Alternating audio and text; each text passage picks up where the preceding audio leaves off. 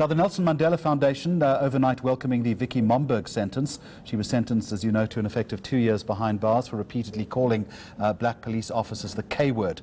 On the line is the foundation's chief executive, Sello Hatang. Mr. Hatang, good afternoon to you and welcome. So this sentence that was handed down yesterday, what message, I wonder, does it send out? Thank you very much, Jeremy. I think for us, the main message that we believe will be conveyed is that the days of racists just being able to hurl insult as they wish, are over. It's also saying to us as a nation that the very dream that Madiba had way back of nation building and national unity can only happen when there are consequences for people who continue to use the language, use the symbols, the symbolisms, which go with what was a crime against humanity being apartheid. Do you really think this is going to act as a deterrent, or for many South Africans perhaps ill feelings are simply too entrenched?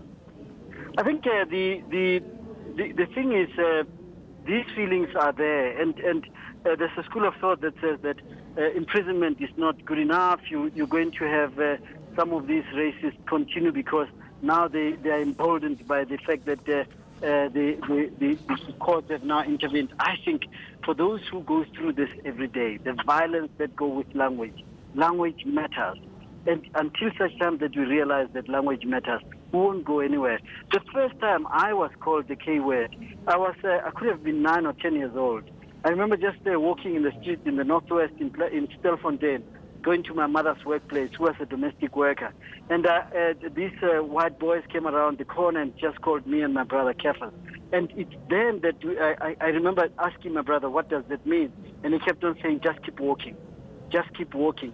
The heaviness that comes with that, when he then told me what it meant later, it hit me much later. And it's that we're saying, for those who go through this every day, at least now they know when they go to court, there will be something that will be done. As a 10-year-old back then, it didn't mean much, but the memory still stands, and it stained me, and the hurt still continues. And it's that hurt that we then need to be dealing with. It's a horrific experience. I feel deeply for you, and as you say, it lives with you so many years on. Just finally, what are the remits of the Nelson Mandela Foundation is to create dialogue around important issues like this. So perhaps you would pick up on something like this and create a better discourse around racism in the country. Do you have any new thinking in that respect? Yeah, we will be continuing with the kind of work that we've been doing with the Ahmed Kathrada Foundation, with our anti-racism network. And with this answer network, we're hoping that this kind of, the deep work of woundedness will continue to be done. And it again reminds us, Jeremy, that we carry the responsibility of helping build that country that Madiba had in mind way back. You'll remember that he spent a lot of time trying to ensure that we have much more cohesion than we had. And it's that cohesiveness of our nation that we must continue to work for. And we will continue to pursue that, Jeremy.